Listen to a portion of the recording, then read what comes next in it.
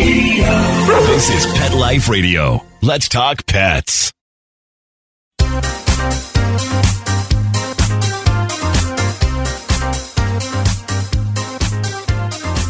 Welcome to the Whisker Report. We're a podcast dedicated to helping anyone in the pet industry, whether you're in animal welfare or running a for-profit pet business. Get some PR visibility and buzz for what you do. Hello, everyone. I'm Mary Tan. I'm the host of the show, and we're joined also by our fabulous producer, Mark Winter of Pet Life Radio, who gets us to you each and every week. Hey, Mark, what's up? Hi, Mary. How's everything up there in the cold? It's currently minus 28, below zero.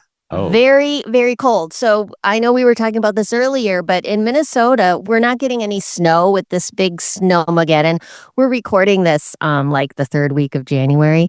So it's either snowing here or it's below zero. It usually doesn't snow and it can't go below zero. You can't have snow when it's this cold. So, and you get frostbite in about 5 minutes. So it's a quick potty for my dog, Freddie. Not here. It's 76 and sunny. He's in Fort Lauderdale, which couldn't be the more opposite end of the country. Oh my gosh. Well, we are so honored to be part of Pet Life Radio, and you can do PR for yourself. And Mark and my colleague Alex and I are going to help you each and every single week. Well, I'm so excited. Our guest today is a powerhouse in the world of animal advocacy and storytelling, a 2025 inductee into the Dog Writers Association of America Hall of Fame. She has authored over 1,000 articles for outlets like the New York Times, Forbes, CNN, and Reader's Digest. Whether she's reporting on the front lines of pet rescue or diving into the science of the human-animal bond, her work is defined by a rare mix of journalistic rigor and deep compassion. Please welcome award-winning journalist and former DWAA president, Jen Reeder. Hey, Jen! If I didn't love you before, I love you even more now. Thank you, Mary. You're the best. Oh my gosh. So a lot of people, the average pet parent out there may not know you directly, but they probably have seen your byline. They probably read one of your articles. So let's start out by tell us a little bit about what you do and how you got into being a pet journalist. Oh, sure. Well, it all started in 2010 when my husband and I adopted our first dog, Rio, a little Labrador Retriever mix who was in the Farmington Animal Shelter. And I became a crazy dog lady overnight and started narrowing my focus as a journalist to pets. And I grew up with cats. I also love cats, but Brian's violently allergic to them. So it was nice to, yes. So I always say I go both ways, but at home I do only have dogs. So, but I do love kitties too. So yeah. And so it was everything from writing, about like a local therapy dog program to help kids learn how to read to, the latest science, veterinary health breakthroughs. And just, I'm a sucker for an inspirational rescue story of, the grieving pit bull who, then gave new life when his mom adopted a kitten and they become best friends. Like, I'm a sucker for all that stuff. So as we all are in the dog world and cat world, this is why we're here, right? It's not the money. It's the love. Yeah. As a former journalist myself, when I was in news, I was pretty much a crime reporter. So most of my news career, I never got to report on pets. And I always thought of people who could write about pets. That was like, you had the dream gig, right? Like you got to do all this cool stuff. I just did dead bodies all the time. I remember you saying one time, if it bleeds, it leads. Yes. That was your whole thing. And you got sick of that? Exactly. If it bleeds, it leads. Or if you're dead, I'm live. I can see how that would get tiresome. Yeah. Yeah. So what was your beginning journalism background? I came to it a little bit sideways, but my husband and I were, in our 20s doing a lot of traveling. So I was kind of sneaking in travel writing here and there. We did a couple of guidebooks, that kind of a thing. That's been a big reason why we never had pets was because, we're backpacking in Southeast Asia for 4 months, or we're going through Central and South America for 6 months, that kind of a thing, and just all on a shoestring and spending no money. So it was a very different sort of focus. And then we like to say when we got Rio, he domesticated us. So sort of got real jobs and all those things. But yeah, I sort of came up in a small town called Durango in Southwest Colorado. I'd been freelancing for the daily newspaper there, and then one of my editors was leaving to start the cool alternative weekly, the Durango Telegraph. So I kind of moved with her, and I was their only full-time employee. So I was also, selling ads and delivering papers and writing stories, and it was cuckoo, getting coffee. So, but it's flourishing now. But so everything sort of has gone from there. But I'm really happy to have gotten the beginning in newspapers, because you're used to kind of having to write quickly and develop connections in the community, and you figure out who the trustworthy sources are and like that. So, and then you also get nice tips from people of like, hey, if I respect someone, and they'll tell me like, hey, you should check out this organization. They're doing great things. So yeah. And then that's kind of expanded to now, national stories for the pet world. So it's sort of the same model of getting tips from people and like relationships with you. I mean, just earlier this year, I wanted to do that, a New Year's story about, 5 ways to make your cat happier this year, and just contacted you like, hey, do you know any veterinarians? And you hooked me up with Dr. Randy Aronson, who gave a fantastic interview and couldn't have been nicer and more articulate and just fun and nice. So there is that like, hey, if this opportunity popped up, who do I know that I trust who will be responsive and give me a credible source? So thank you. One of many stories you've helped me with. Oh, yeah. Jen, I love it when you reach out to me and say, hey, I'm looking for a vet. I'm looking for a cat person. I'm looking for a rescue, because, that's really, you're helping me with my bread and butter and what I do. So I wanted to start out by asking you, a lot of pet-focused writers and journalists tend to be freelance. So how, to all the rescues and small business owners there that are looking to get media, how does it work in your world? Like, you get a story idea. Is it you pitching a publication, or is it a publication reaching out to you and saying, I want you to write this, or is it both? Both. I'm lucky to be at that point in my career where I have rapport with certain editors who will reach out like, hey, we've got this story idea. Do you want to write it? A lot of times then I have to find the sources. Most of the time I have to find the sources, but they will approach with something like that. But then also if I see something that I'm like, oh, this is a great idea, then I can pitch them. And then I have a column for Just Labs magazine where I get to highlight Labrador retrievers and mixes, helping make the world a better place. So a lot of service dogs and that kind of a thing. And so I do get to sort of pick those topics myself. And as long as a similar story hasn't run in the magazine in the past few years, I'm good to go. So it's kind of nice to have autonomy on that one. So yeah. So it is certainly a mix. So, it would be almost like in that case, the PR person's pitching to you and then you're pitching to the editor. It's like a double pitch. Yes. Which is why sometimes someone will be like, hey, I've got this such and such that's going to happen tomorrow. We're having a big pet adoption event tomorrow. It's like, I don't have time to pitch. I mean, my editor at the Today Show's website for years would sometimes be like, okay, let's go. Because we were doing sometimes 4 stories a week. So, if she had a chance to get back to me, we could maybe cram it in. But most of the times, editors are so busy that it's going to take them a little while to get back to you. And so a longer lead time would help people pitching stories have a better chance of getting accepted. And also if I have like a deadline tomorrow that I'm frantically trying to get to, like, you got to give me more than 24 hours to pitch a story. Also, I'll sometimes research, like if it's a nonprofit that I've never heard of, I'm going to go to Charity Navigator. I'm going to go to Facebook. I'm going to do a quick Google to see if they've had any scandals. I don't want to inadvertently promote an unscrupulous organization. So it's not like I'm just going to take your word for it and turn on a dime. I'm going to kind of look into it as well. So yeah, a little more lead time.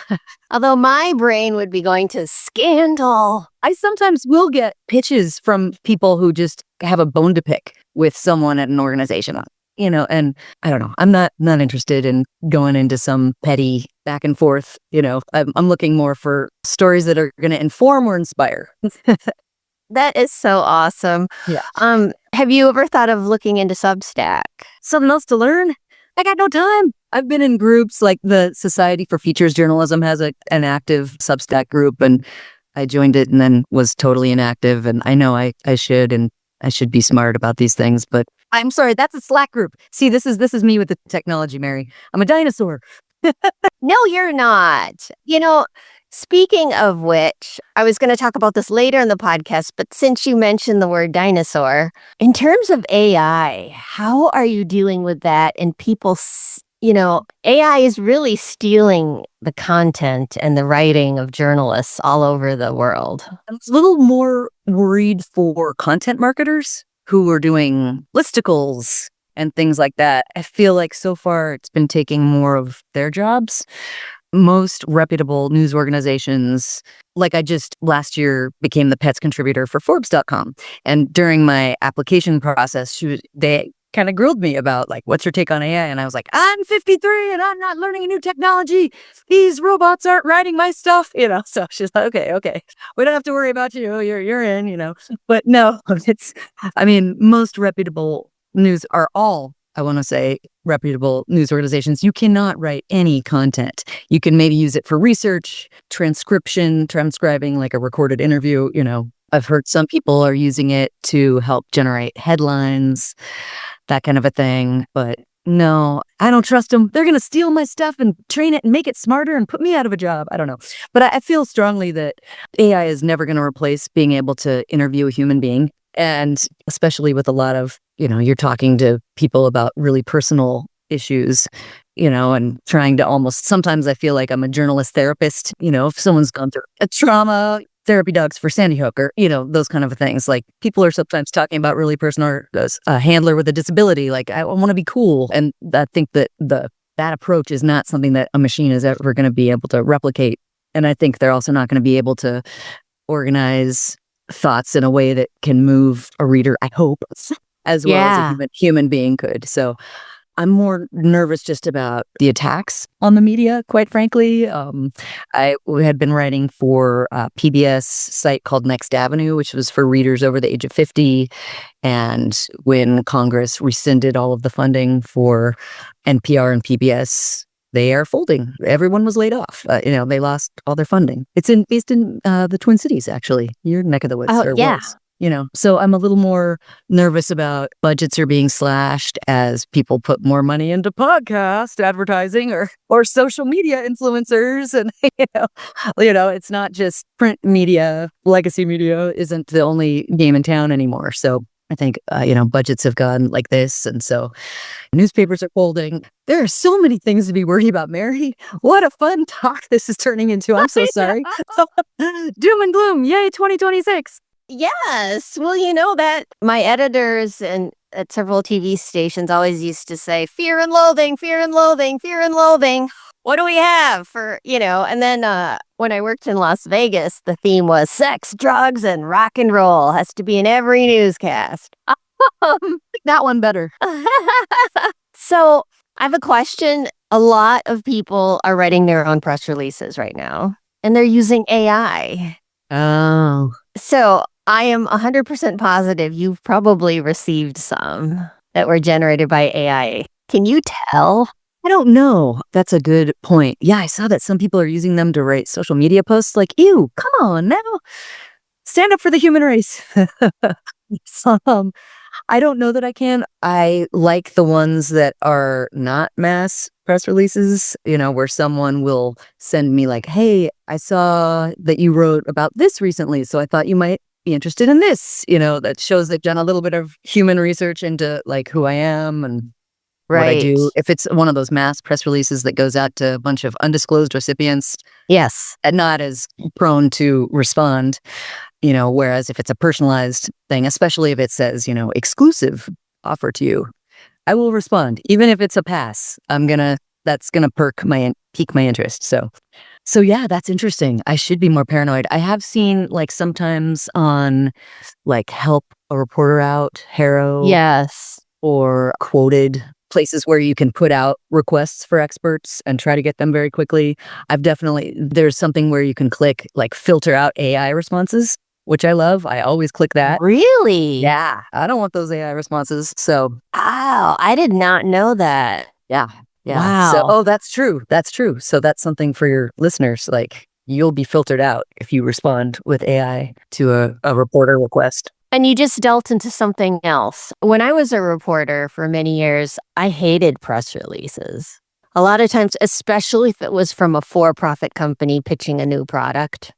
I mean, I was in general news. I was in, the mainstream local media, TV news station, and we would delete a lot of those. But I've learned from being in this position now, they have their purpose, right? Because you have your pet trade media that all they do is new products and stuff. That's your niche. So you would rather get a personal pitch, and you've kind of said this already, but you'd rather get a personal pitch than a press release. Am I correct? And if there's a press release at the bottom explaining more, sure, that's fine. Great, because then it'll have some of the the details of, I just got one about the puppy bowl and it's going to air on this and that and the other thing. But here are 2 dogs from our shelter who are going to be competing. Like, okay, yes, I want to learn more. And I also see oh, this is your 7th time going. I want to hear what it's like to have been there 7 times. So I've heard people use press releases as a springboard to try to find something different. Like, oh man, I just saw a great journalist talking about, she got a press release for a blood bank for dogs. Oh, wow. She's like, this is kind of boring, but I want to find the dog in my town who has given the most blood. And so she sort of used the press release instead of just using what they sent, found more interesting and more personal and a more original take than just the mass thing that's sent out. So it can be a springboard. I'm not anti-press release. Yeah. See, I know you've gotten press releases from, you talked about focusing on what you do. I am sure you've probably gotten press releases that have nothing to do with what you do. It's funny, I'm getting a lot on menopause right now. I'm like, it's like, no, they know about me. How is this getting out? I'm in the demographic. Actually, T.O.D. Anderson was like, we should do a podcast called Menopause, PAWS. She's getting stuff like that too. We're not.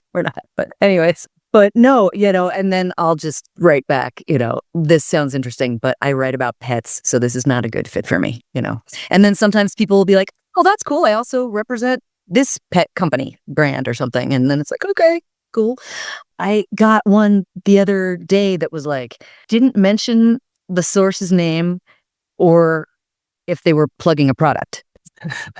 And so I wrote back like, just so you know, this is an instant delete, but I saw it was like a young, it was somebody up and coming in the PR world. Like they're not a senior vice president or something. And you need to mention who it is so I can look up the person's name and if they're plugging a product. And it was not a good fit, but at least maybe she learned something. So I don't know. I try to be kind when it's. You are exceptionally nice. Holy crap. Most people wouldn't even respond, or you get a nasty email like in all caps saying, I don't write about pets. Something like that. I'm a Colorado hippie, so I'm maybe a little nicer. But sometimes I can't respond to everything that comes in, when I'm super slammed on a deadline, like this is going to take me out of my brain right now. I need to focus. Yeah. So I use services like Muckrack, Cision, and just so people know, there are these software programs where you can search for journalists by article, by topic.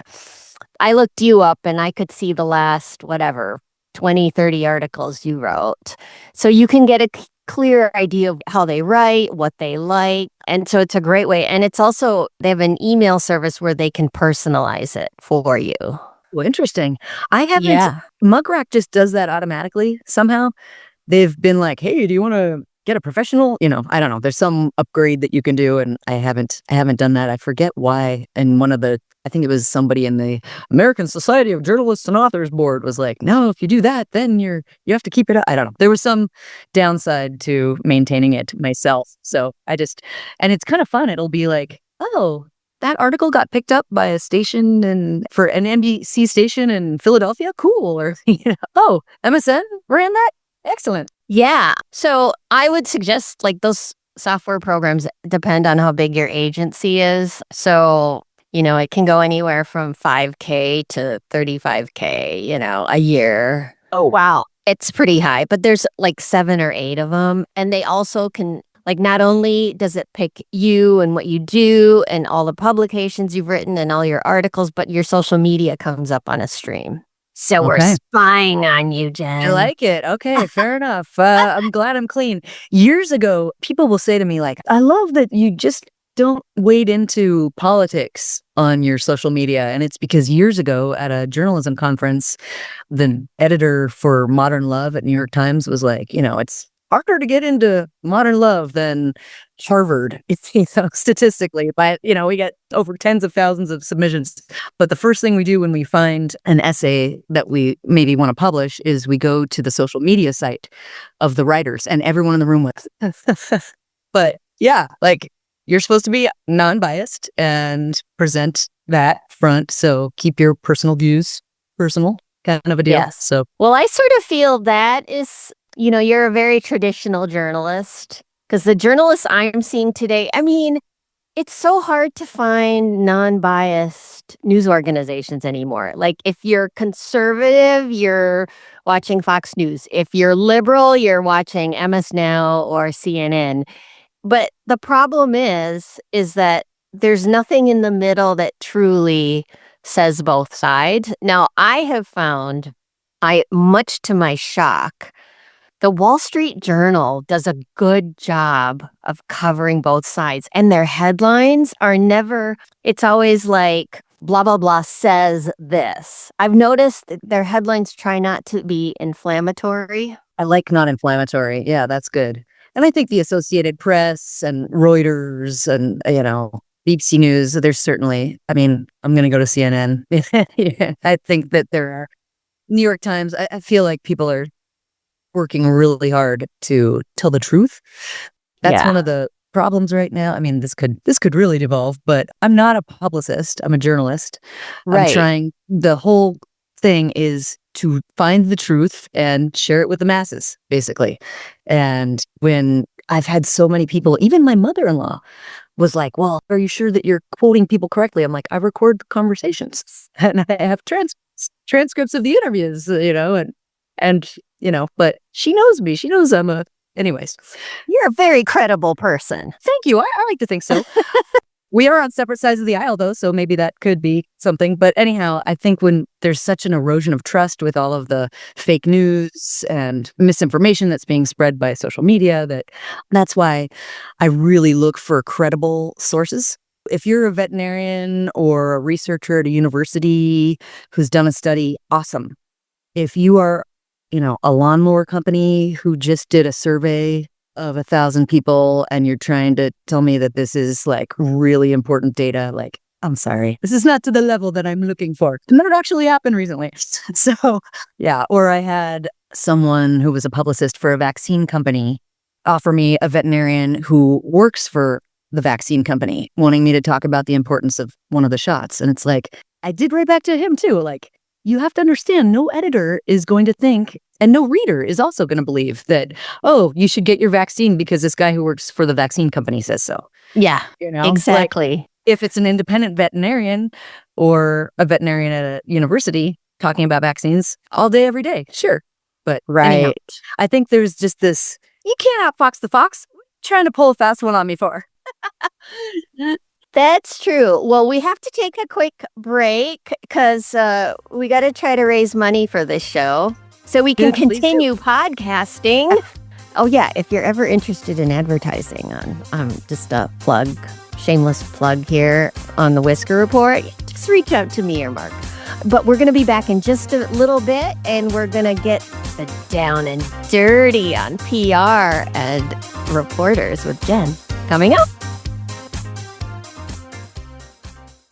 Real people, real stories. Our little dog developed this lymph problem. The chemotherapy lasted for 6 months, started developing more lymph nodes. So I thought I'd just try carnivore. The lymph nodes started to go down. Then I took him into the vet to have him checked out, and there was no signs at all inside. My cat had issues that developed in his eye, and 3 months later, my veterinarian said, let's go ahead and remove the eye. I heard the carnivore on advertising, so I said, you know what? I'm going to order this product. They did the procedure, they did all the tests, and they said, I don't know what you did.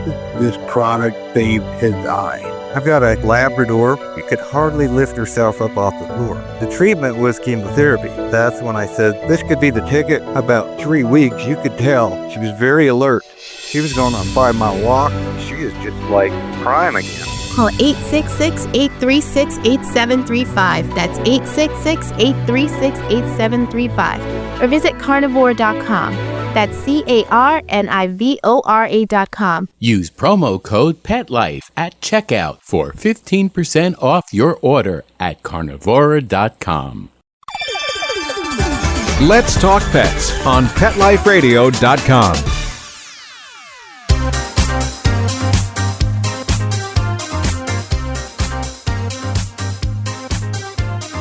And we are back with the very lovely Jen Reeder, former president of the Dog Writers Association of America and a Hall of Fame member, and her cute little pooch, who's, you don't have this because this is the podcast, but his tongue is sticking out at me and Mark.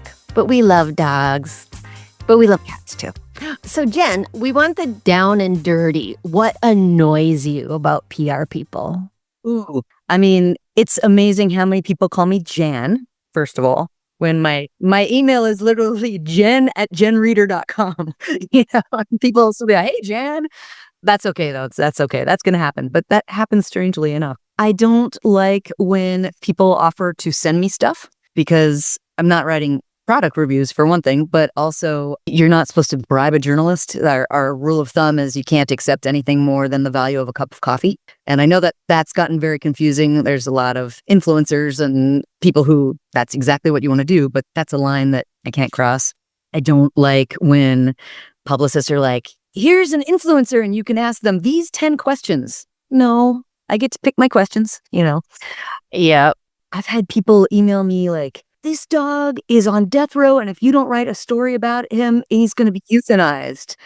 Yeah. Don't put that on me. Like, editors are, there are thousands and thousands of animals in shelters, and the truth is people want like a happy adoption story that then will shine light on the good work that the shelter is doing and the overall need to adopt. That's a really, really tricky one. But yeah, emotional blackmail, not my favorite. There was a woman who sent me a press release about, actually, it was a social media post that a friend shared about a pit bull who was really reactive and having a hard time. So the shelter got him a pink princess tent to help him feel safe. Like, I love that.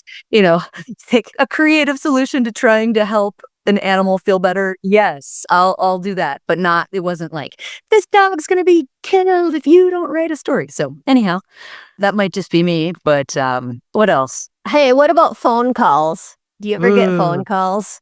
Uh-huh. Do you answer them? Not anymore. I mean, now I'm missing calls from like my doctor because I'm assuming every call is fake. But back in the day when I had a landline, yeah. And sometimes people will be like, hey, do you have time for a 40-minute phone call? Oh my gosh. Not really. Please just send me an email and I will respond if I'm interested, kind of a thing. Or if I get an assignment, if I send it to an editor and they like it too. Yeah, no, phone calls. I don't like when people send me like DMs on Facebook. Facebook used to be like for fun with friends, and now I'm almost like scared to go on there because it's like, yeah. What favor or pitch is waiting for me? Yes. And sometimes it's people doing favors for me. I'm not going to totally put it down. But yeah, I also don't love when people text to be like, hey, do you know when that story's going to run? One time I was in like Chile on vacation and if you had emailed me, you would get my out of office reply saying like, I'm in Patagonia. Please don't bother me. But so yeah, so I feel like I wish there was an out of office reply for texts. And if there is, please let me know. But yeah, anyways. So do you think the pitches are worse from the professional PR people sometimes? Are they pushier than than say the pet store owner who's just trying to get a little coverage? Yeah, I think sometimes the big companies are ignoring that something that a product being mentioned naturally in a story, if at all, will have a lot more resonance with readers than if it's just wedged in. I just had there's a big service dog organization who has a nice sponsorship from a pet food company. And they were trying to get like everyone I interviewed for the story happened to mention how great that pet food is. It's like, okay, this is not ringing true. I'll maybe mention this once in the dog training section, but 3 people don't need to mention this. Yeah, exactly. Yeah. So yeah, I'm not interested in writing, advertorials. Yes. I'm not writing ads. I'm trying to write actual informative news articles and features. So yeah, no, that's a really good point. You're right about that. The big company, and it's like, are those big company execs actually reading articles and thinking, yes, that sounds natural, when these blatant plugs are wedged into things? Like, anyhow. Yes, exactly. Well, when we come back, we're going to take a quick break. We're going to find out Jen's final thoughts. Want to know who the latest trendsetters are in Hollywood? How about Irish setters? Find out who's been spotted with Spot, chowing with their chow, and shopping for Gucci with their Poochie. Get the scoop on all the latest celebrity pet patter right here. Pet Life Radio. Let's talk pets. Let's talk pets Let's talk pets on Pet Life Radio. Pet Life Radio. PetLifeRadio.com.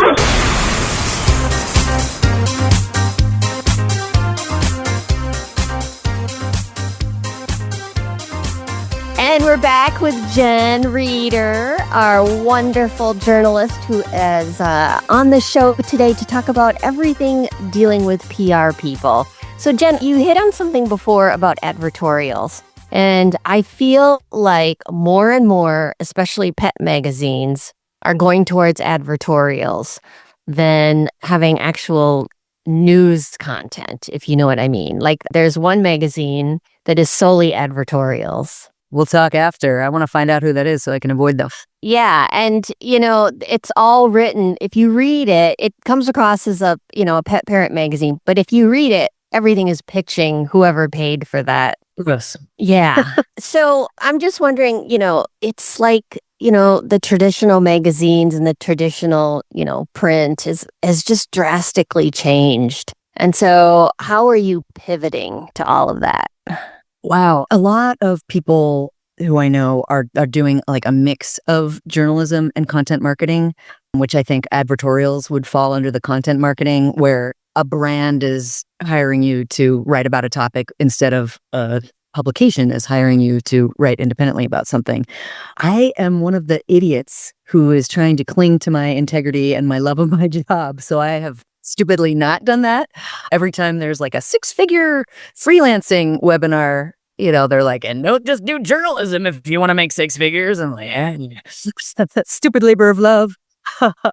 So I'm still clinging to the editors and publications who are doing the traditional style and not being bought out. I'm grateful for that. I really love like inside your dog's mind and inside your cat's mind. I think the editor also is a science writer, so she's very focused on how to really understand how to make a pet dog or cat's life better. But yeah, there are fewer. AKC Family Dog, I feel like, is not advertorial. I hope, oh God, don't tell me. But yeah, it's a lot of celebrating dogs. It's more purebred dogs than, I'm not doing rescue stories for them, but, more service dogs for kids with disabilities and things like that. So I think there still are some print pubs, just labs. We're not doing advertorials. So they do exist. And if readers and subscribers seek out content that rings true and that doesn't seem like a blatant ad, that helps everybody. It's kind of like voting with your dollars.